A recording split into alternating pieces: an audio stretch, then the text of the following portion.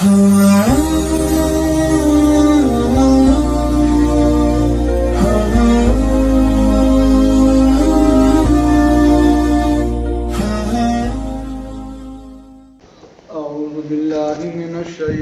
الرجيم بسم الله الرحمن الرحيم من كان يريد الحياة الدنيا وزينتها نوفي إليهم أعمالهم فيها وهم فيها لا يبخسون أولئك الذين ليس لهم في الآخرة إلا النار وحبط ما صنعوا فيها وباطل ما كانوا يعملون أفمن كان على بينة من ربه ويتلوه شاهد منه ومن قبله كتاب موسى إماما ورحمة أولئك يؤمنون به ومن يكفر به من الأحزاب فالنار موعده فلا تك في مرية منه إنه الحق من ربك ولكن أكثر الناس لا يؤمنون سبحانك لا علم لنا إلا ما علمتنا إنك أنت العليم الحكيم. ددی آیاتن مبارک کے مفسرین حضرات فرمائی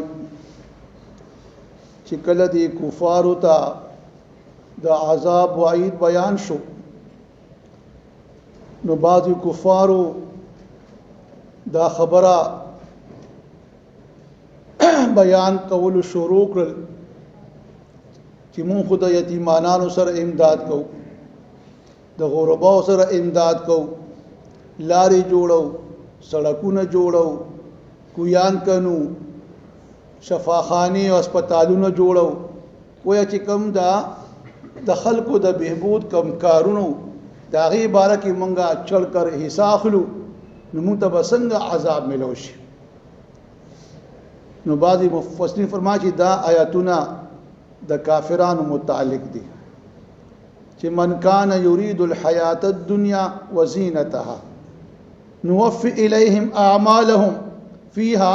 وهم لا يبخسون. الله فرمای هغه څوک چې طلب د دنیا د ژوند وي او د دنیا د زیب و زینت طلبگار وي نو الله یې موږ دغه خلکو ته پورا بدل ورکو دوی لا د دوی د اعمالو په دې دنیا ژوند کې او په دې کې د دوی پکې هیڅ نقصان نشتا او نه پکې څه کمی وته موږ اوس دغه دی کې اولئک الذین لیس لهم فی الاخرة الا النار. دا کسان دي چې دوی د پاره په آخرت کې ما سوا د اور نه بل څه وته نشته. وې دا اور د جهنم دا اور خو خاص کر د کافرانو د پاره دي. نو بعض علماء چې دا آیت مبارکه د کافرانو په حق نازل دي چې هغه دنیا کې کم کارونه کوي د نیکه کارونه د خلکو د عوام د بهبود د پاره کم کارونه کوي او داغي رضا داغي نیت چې کوم دی د الله رضا حصول نوي نه د الله پیغمبر باندې ایمان وروړي نه په الله باندې ایمان وروړي نو الله عادل دی انصاف دی الله دوی سره ظلم نه کوي بلکې دوی په دنیا کې داغي پورا بدی ورکی دوی په کم نه سره چې زمونږه شهرت وشي زمونږه چې کم دی نوم خور شي خلک مونږ ته چې کم دی په قدر په نگاه سره وګوري خلق مونږ ته عزت راکي نو الله دا خبرې دی لمنګه دنیا کې ورکو ولا مالم ولا سیواکو صحتم ولا ورکو مشریم ولا ورکو شهرتم ولا ورکو خو لیکن په آخرت کې د دوی د پاره بیا د اور نه ما سیوا بل سديشتا. او بعض علماء چې دا د کافر او مسلمان ګناهګار یاکار مسلمان بارکه دي چرا ګناهګار یاکار مسلمان چې په دنیا کې کم نیک اعمال کوي او هغه نیک اعمال د نیت مطابق چې ما ته دنیا کې خلق خسړی وای که فرق منځونه کوي چې ما ته خلق منګزار وای کډیر روجینی سي چې خلق ما ته روزدار وای کډیر خیراتونه کوي چې خلق ما ته سخی وای کډیر غزا کې حصے اخلي چې خلق ما ته غازی او مجاهد وای او یا چې کوم دی ډیر علم حاصل کړی وي په دین یې سره چې ما ته خلق ډیر وی عالم وي. نو حدیث مبارک کې راځي چې الله پیغمبر فرمای چې پر ورځ د قیامت باندې با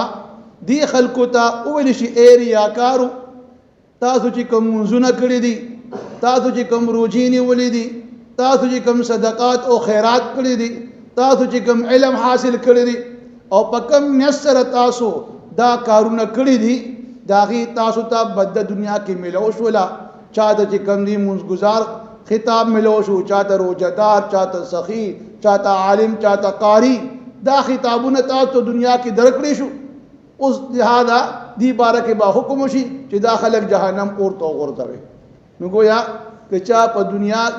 دنیا په طلب باندې په دنیا کې خکارو کو نو داغه د پر دنیا کې پورا بدلشتا خو آخرت کې ولا بیا بدل نشته. انما الاعمال بالنیات د اعمال دارمدار په نیت سره دي. څوک د دنیا د حصول د عزت د پاره نیک کار کوي دنیا به ته ملاويږي. کو څوک د آخرت د پاره کوي هغه ته آخرت ملاويږي او کو څوک د دنیا آخرت دوار د پاره کوي الله بوله دوار ورکي. لہذا پنیت باندې منحصره ده چې په کم نیت سره یو انسان کم عمل کوي داغي مطابق به بیا هغه ته داغي بدله ملاويږي. یو حدیث مبارک کې راځي چې کوم یو مسلمان دا طلب د آخرت د پاره دنیا کې سعی او کوشش کوي نیک کارونه کوي او صرف مقصد ته الله رضا حصول وي رب کریم چې کم دی دتا په دنیا کې چې کم دی زو ولا غنی کی دغه خراب حالت الله درست کی او ولا الله تعالی آخرت کې لوی اجر او ثواب هم مقرر کی.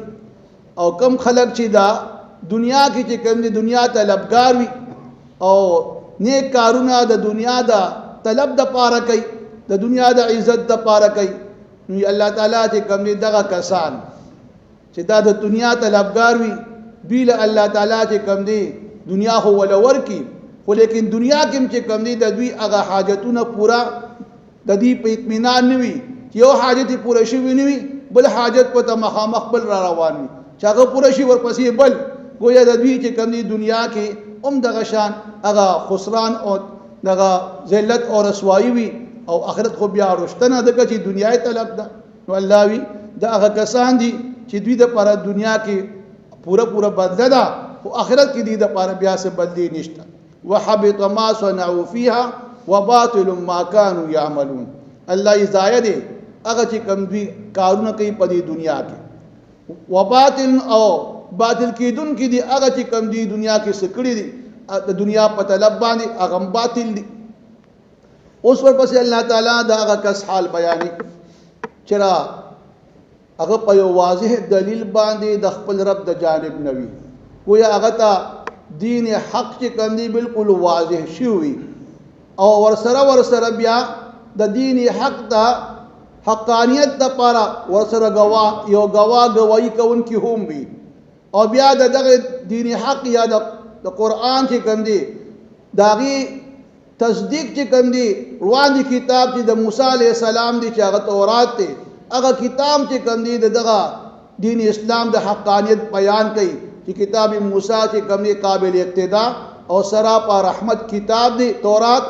او هغه تورات کې د قرآن مجید حقانیت بیان وي. نو دا کس چې هر کله په واضح دلائل دی د خپل جانب نه او ورسره یو گواه چې کوم دی ورسره هم گواہی کوونکی وي او تورات کتاب هم داغي چې کوم دی د صدق حقانیت چې کوم دی گواہی ور کوي نو اولئک یؤمنون به. دا کسان بیا په دغه حق دین باندې یا په حق کتاب باندې ایمان وروړي یعنی مسلمان شي. نو آیا داسې کس چې هغه دا حق اظهار کی او حق قبول کی